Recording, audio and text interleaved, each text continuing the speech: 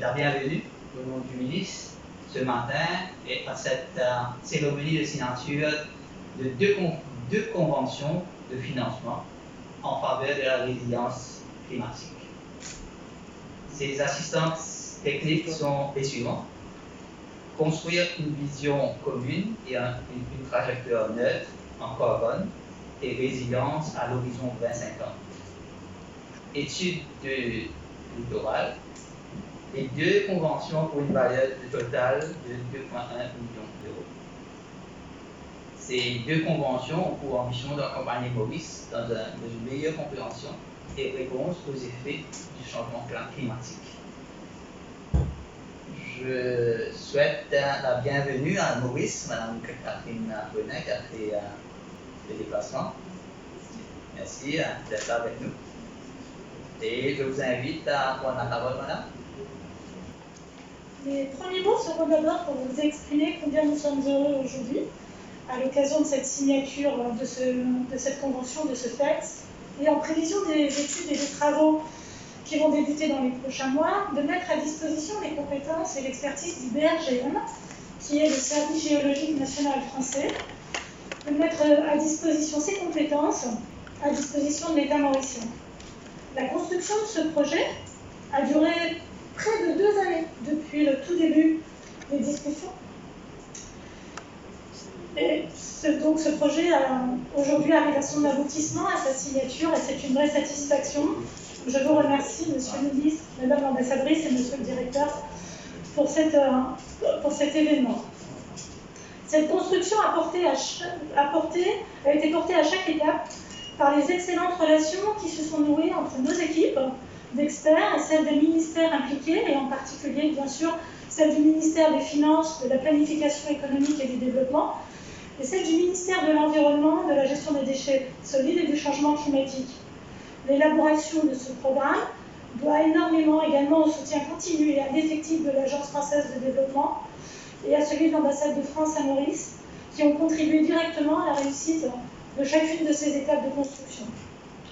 Grâce à la conviction de tous, cet important programme a pu prendre forme. Ce programme qui prévoit d'étudier 2 axes importants de l'effet du climat sur les côtes mauriciennes, la submersion marine, due aux houles de forte amplitude et aux cyclones, et également l'érosion côtière, c'est-à-dire aussi l'évolution du trait de côte. Après une large phase de collecte de données, dont des données de terrain directement, puis la mise en œuvre de modélisation experte, une étude cartographique croisée et détaillée des aléas ainsi que de la vulnérabilité des zones côtières sera réalisée et permettra de délimiter les zones à risque des côtes des îles de Maurice et de Rodrigue. Cette synthèse cartographique permettra le déploiement de plans d'action au bénéfice des acteurs socio-économiques et des citoyens mauriciens. Comme vous le savez, ce projet associe aux équipes du BRGM également d'autres experts techniques qui sont ceux de Météo France, de Géolab de l'Université de Limoges en France et du laboratoire LACI qui est basé à La Réunion, mais également, comme on l'a vu, plusieurs ministères et les équipes de l'AFD.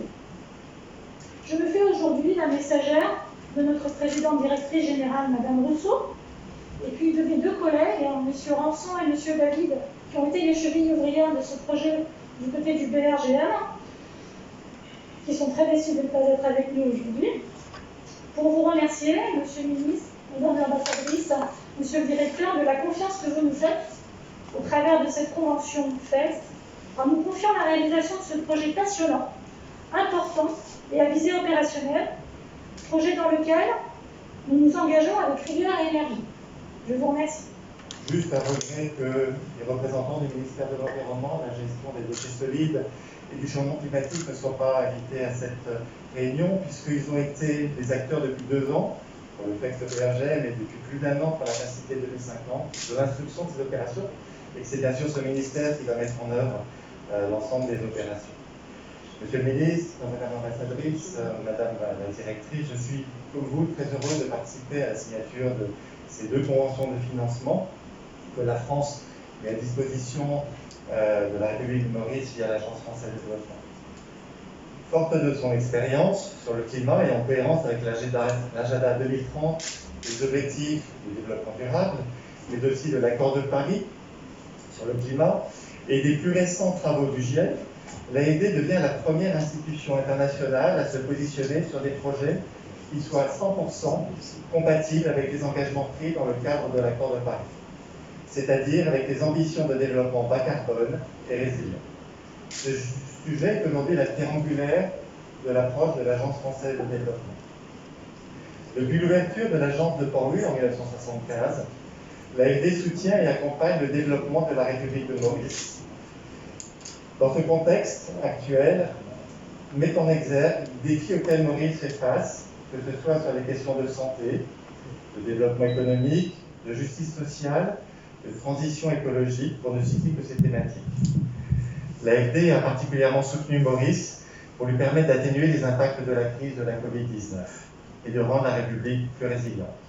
Je parle ici, bien entendu, du prêt de contingence que la France a octroyé à la République de Maurice au travers de l'AFD pour un montant de 300 millions d'euros signé et décaissé en juillet 2020. À ce prêt est adossé un ensemble d'assistances techniques financées, comme vous le savez, par différentes nouvelles subventions pour un total de plus de 4 millions d'euros. Ces fonds contribuent à la mise en œuvre d'expertises sectorielles et à l'animation de plateformes de dialogue de politique publique pour renforcer la résilience à long terme de Maurice sur 4 domaines spécifiques: la santé, la protection sociale, les finances publiques, ainsi que la lutte contre le changement climatique et la gestion des risques de catastrophes naturelles. C'est bien sûr dans le cadre de ce dernier domaine que s'inscrit aujourd'hui la signature des 2 conventions de financement. Ce pilier recoupe différents programmes déjà existants et mis en œuvre tels que la facilité adaptation et les opérations de biodiversité. L'outil adaptation accompagne Maurice, depuis bientôt 4 ans, dans la mise en œuvre de ses engagements en faveur d'un développement plus résilient, et notamment la révision de sa contribution déterminée au niveau national, mais aussi l'appui à l'élaboration de sa stratégie nationale de gestion des risques de catastrophes naturelles, l'étude de vulnérabilité sur 6 sites prioritaires et enfin la définition d'un schéma directeur national pour le drainage au bénéfice de la Land Drainage Authority. Concernant la biodiversité, il est question de la construction d'un dialogue politique et citoyen entre tous les acteurs dans le but d'alimenter les décisions du gouvernement. Aujourd'hui, c'est donc la concrétisation de 2 nouveaux programmes de coopération, INFLEX, partenariat et partage d'expérience, et une facilité 2050.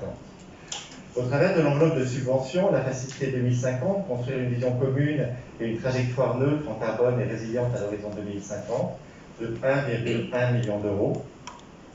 L'AFD se propose de soutenir Maurice dans l'élaboration d'une vision de long terme de sa résilience au changement climatique et de sa neutralité carbone. Les objectifs de cette assistance technique, qui durera 30 mois, sont doubles. À la fois appuyer Maurice dans l'élaboration d'une stratégie de long terme pour communication au secrétariat de la Convention cadre des Nations Unies sur les changements climatiques, et aussi d'assurer la cohérence entre les objectifs de la prochaine contribution déterminée au niveau national. L'attention portera plus particulièrement sur 4 secteurs. Les 2 secteurs les plus émissifs, en gaz à effet de serre, et donc les plus dépendants à ce jour des énergies fossiles, que sont l'énergie et les transports, et les 2 secteurs les plus vulnérables au changement climatique, que sont l'agriculture et le tourisme.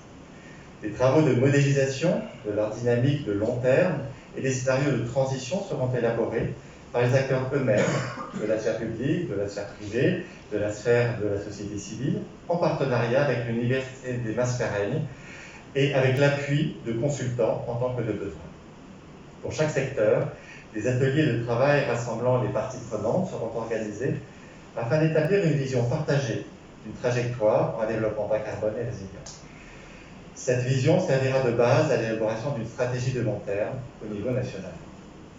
Le ministère de l'Environnement, de la gestion des déchets solides et du changement climatique assurera l'exécution financière, le pilotage et la coordination technique de ce financement, qui permettra de renforcer ses équipes en lien avec la création en son sein d'un département du changement climatique, tel que le Climate Change Act l'a prévu. Ce programme de travail est complété par un renforcement des capacités des ministères et parties prenantes sectorielles au travers de recrutements ciblés, d'une palette de formations et des espaces de dialogue techniques et politiques alimentés par des données scientifiques. Le FEX étude du littoral, que pilotera à la fois le ministère de l'Environnement et le BRGM, d'un montant de 1 million d'euros, sera mise en œuvre à travers un partenariat, comme je viens de le dire, entre ce ministère et le Bureau de recherche géologique et minière de la France. Il a pour ambition de réaliser des études sur l'ensemble des littoraux des îles de Maurice et de Rodrigue, et différents ministères sectoriels et institutions participeront bien évidemment à cette étude dont la durée sera de 24 mois. En considérant les effets probables du changement climatique, comme l'a dit Mme Bonin-Leschneau, l'érosion côtière et la submersion marine dans ces deux îles seront spécifiquement étudiées. L'objectif est de fournir au gouvernement mauricien des éléments de connaissance et d'évaluation afin de contribuer à la réduction de la vulnérabilité de ces territoires aux effets constatés et attendus du changement climatique. Voilà, vous l'aurez compris, le programme de coopération est riche et mobilisera de nombreux acteurs afin de répondre collectivement aux défis de la lutte contre le changement climatique, dont la République de Maurice s'est fait la pionnière. Je me félicite de ces nouvelles coopérations et je renouvelle mes vœux de plein succès à ces opérations, que vive ainsi la coopération entre Maurice et la France. Je vous remercie. Monsieur le directeur de l'Agence française de développement, Madame la représentante du BRGM, chers collègues du ministère des Finances, chers collègues du BRGM présents même virtuellement, et chers partenaires. Mesdames et messieurs, bonjour. Je suis très heureuse de participer aujourd'hui à cet événement important, tant par les enjeux qui y sont traités que parce qu'ils représentent de la coopération entre la France et Maurice. L'océan Indien est la 3e région du monde, la plus affectée par les événements climatiques extrêmes, les tempêtes, les cyclones, le dernier en date est tout récent, la tiraille qui a impacté notre île, les inondations, les périodes de stress hydrique. Or, les projections climatiques fournies dans le cadre du projet BRIO, Build Resilience in Indian Ocean, mis en œuvre par la Commission de l'océan Indien avec l'appui Météo France et financé via la facilité adaptation de l'AIT dont nous parlions à l'instant, mettent en évidence l'impact majeur du réchauffement climatique sur Maurice. Sur un territoire soumis à des contrastes de température, des contrastes saisonniers, intrasaisonniers, et qui sont renforcés avec une alternance de périodes, parfois de sécheresse et parfois de fortes précipitations. Les événements météorologiques extrêmes impacteront le territoire, comme d'autres endroits du globe, avec une vulnérabilité saisonnière plus importante, avec une fréquence et une intensité sans doute renforcées. Cela pose des enjeux importants pour tous et pour toutes. En 1971, à Stockholm, 30 scientifiques de haut niveau qui provenaient de 14 pays avaient exprimé à l'époque donc un risque de changement global climatique rapide et grave causé par les humains. Il s'agissait alors de la première réelle prise de conscience de l'impact de l'activité humaine comme principal moteur de changements environnementaux sur la Terre. Cette réflexion s'est accompagnée d'un discours sur le caractère fini des ressources naturelles. Dès lors, des sommets multilatéraux se sont ensuite enchaînés. Le sommet de la Terre en 1992, puis d'autres grands rendez-vous marquants, Kyoto, Copenhague, Lima, Paris et tout récemment Glasgow.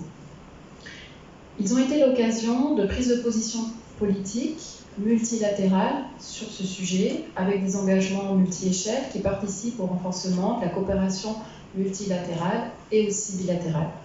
Ces décisions s'appuient sur des recommandations des experts du GIEC qui estiment que si limiter le réchauffement climatique de 2 degrés à 2 degrés supplémentaires au cours du XXIe siècle, il faut réduire d'ici à 2050 de 40 à 70% nos émissions de gaz à effet de serre, alors qu'en réalité, elles ont augmenté d'un tiers entre 2000 et 2010. Si nous atteignons la neutralité carbone, certains changements pourraient être ralentis, voire certains arrêtés, en limitant ainsi le réchauffement climatique. Il est nécessaire dès lors d'engager des actions fortes, rapides, durables, de réduction des émissions de CO2, de méthane, mais aussi d'autres gaz. Vous l'aurez compris, la lutte contre le changement climatique est une priorité de la politique française sur la scène nationale et internationale. Quelques mots rapidement sur la COP 21 que nous gardons tous en tête, qui s'était tenue en France, à Paris, en 2015. L'accord de Paris, qui avait été adopté, marquait un tournant dans la lutte contre le réchauffement climatique, puisqu'il a mobilisé et engagé pleinement les pays du monde à réduire leurs émissions de gaz à effet de serre et à maintenir le réchauffement sous la barre des 2 degrés d'ici à 2100. Maurice, d'ailleurs, à cet égard, était un des tout premiers pays signataires de l'accord de Paris. À niveau national, la France a inscrit dans son corpus législatif des enjeux de neutralité carbone à horizon 2050 et la réduction de l'empreinte carbone de la consommation des Français. La loi de transition énergétique pour la croissance verte consacre ainsi notamment sur le territoire national en France la stratégie nationale de bas carbone et en fait la feuille de route pour l'Hexagone pour lutter contre les effets du changement climatique. Par ailleurs, comme l'a rappelé le ministre de l'Europe et des Affaires étrangères, Jean-Luc Le Drian, dans son discours sur la question climatique à New Delhi le 13 avril 2021, la France et l'Union européenne, conformément à leurs engagements de 2015, sont solidaires avec les pays en développement. Le président de la République française, Emmanuel Macron, s'est quant à lui engagé, lors du sommet pour l'ambition climatique de décembre 2020, à ce que les financements climat soient à hauteur de 6 milliards d'euros par an, dont un tiers pour répondre aux enjeux d'adaptation, précisément, c'est-à-dire donc 2 milliards d'euros par an. Cet engagement en faveur des pays en développement se décline au niveau régional par de nombreuses coopérations avec l'appui de la CEI. L'AFD a accentué son intervention depuis 2018 en participant au financement de nombreux projets impulsés par la Commission de l'océan Indien. Je pense ici notamment au projet RECOS, Résilience côtière, avec l'appui du FFEM, ou encore du projet Hydromet, Hydrométéorologie et Services climatiques. Et tout ceci prend la suite du projet Brio, que j'évoquais tout à l'heure. Et l'AFD participe aussi au renforcement des capacités de l'IORA, autre organisation régionale dont l'état du siège est ici à Maurice.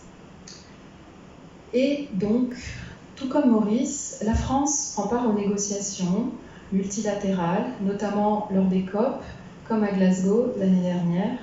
Et au-delà de son action dans les négociations multilatérales, la France agit également pour le climat au plan bilatéral. C'est donc ainsi que nos deux pays, la France et Maurice, et ce à travers l'action de l'AFD et ses dispositifs tels que Adaptation, Facilité 2050, et ainsi qu'à travers le Fonds vert pour le climat, unissent leurs synergies.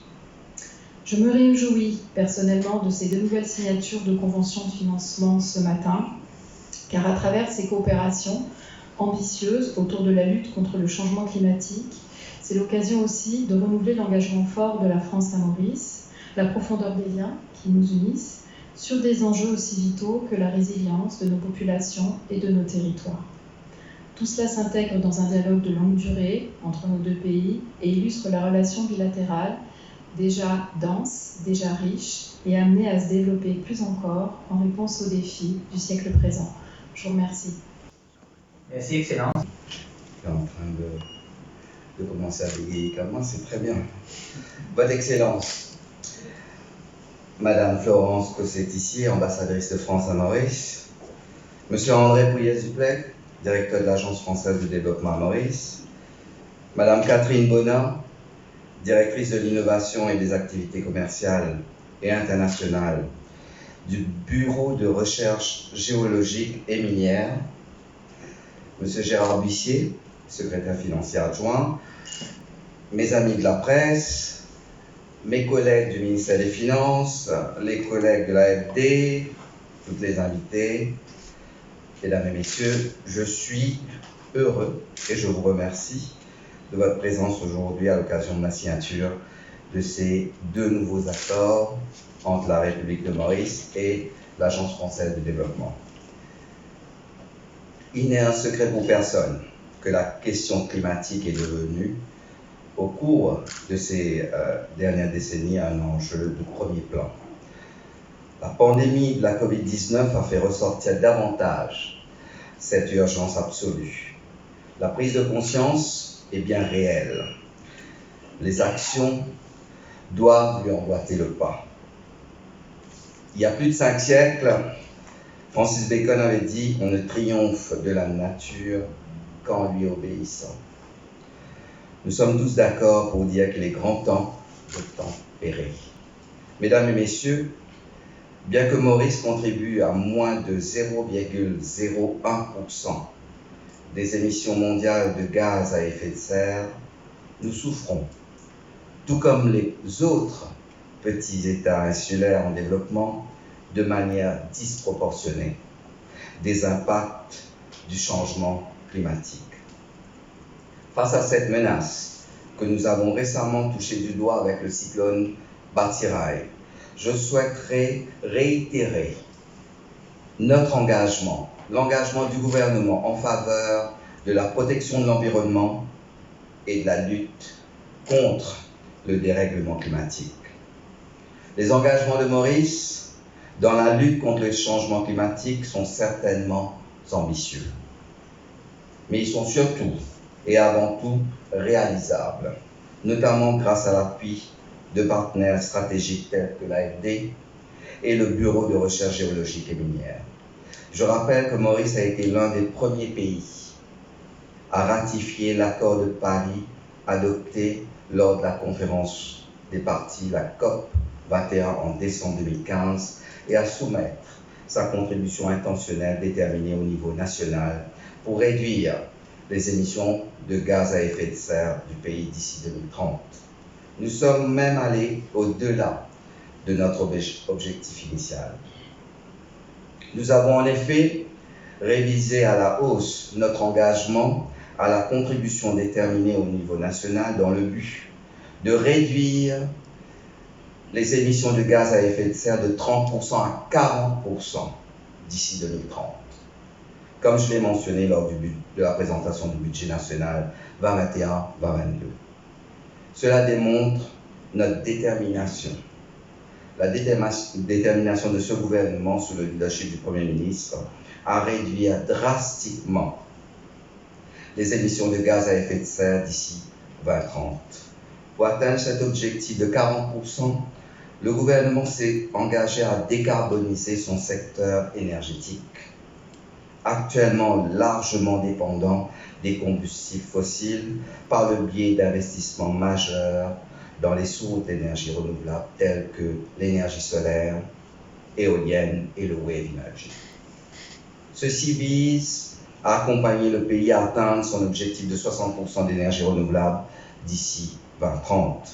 Mesdames et messieurs, le coût estimé pour la mise en œuvre de cet objectif à Maurice est de 6,5 milliards de dollars, soit 260 milliards de roupies.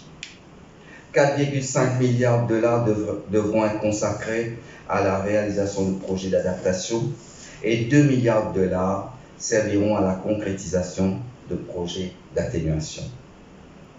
Je tiens à cet effet à souligner que l'approbation du gouvernement mauricien a été obtenue le 1er octobre 2021 sur la contribution CDN révisée. Il est par ailleurs estimé que le soutien externe, c'est-à-dire le montant provenant de sources internationales et d'organismes donateurs, s'établira à 4,2 milliards de dollars, représentant 65% du coût total de 6,5 milliards de dollars pour la mise en œuvre de la CDN. 2,3 milliards de dollars représentant 35% du coût estimé devra donc être financé par d'autres sources.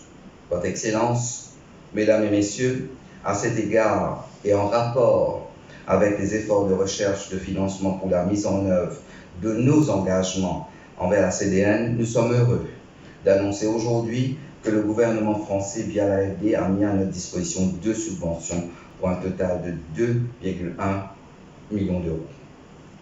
Ces 2 financements font partie de l'assistance technique prévue dans le cadre de l'accord prêt 4 DDO de 300 millions d'euros que j'avais eu l'honneur et la joie de signer en juin 2020. Sans aller trop loin dans les détails techniques, les 2 subventions sont d'une part la facilité 2050 qui vise à construire une vision et une trajectoire partagée 2050 pour une île Maurice résiliente face au changement climatique et neutre en carbone d'ici 2050, et d'autre part, la convention de partenariat FEXP, le Fund for Technical Expertise and Experience Transfers, tripartite entre Maurice, l'AFD et le Bureau de recherche géologique et minière, notre partenaire technique pour ce projet.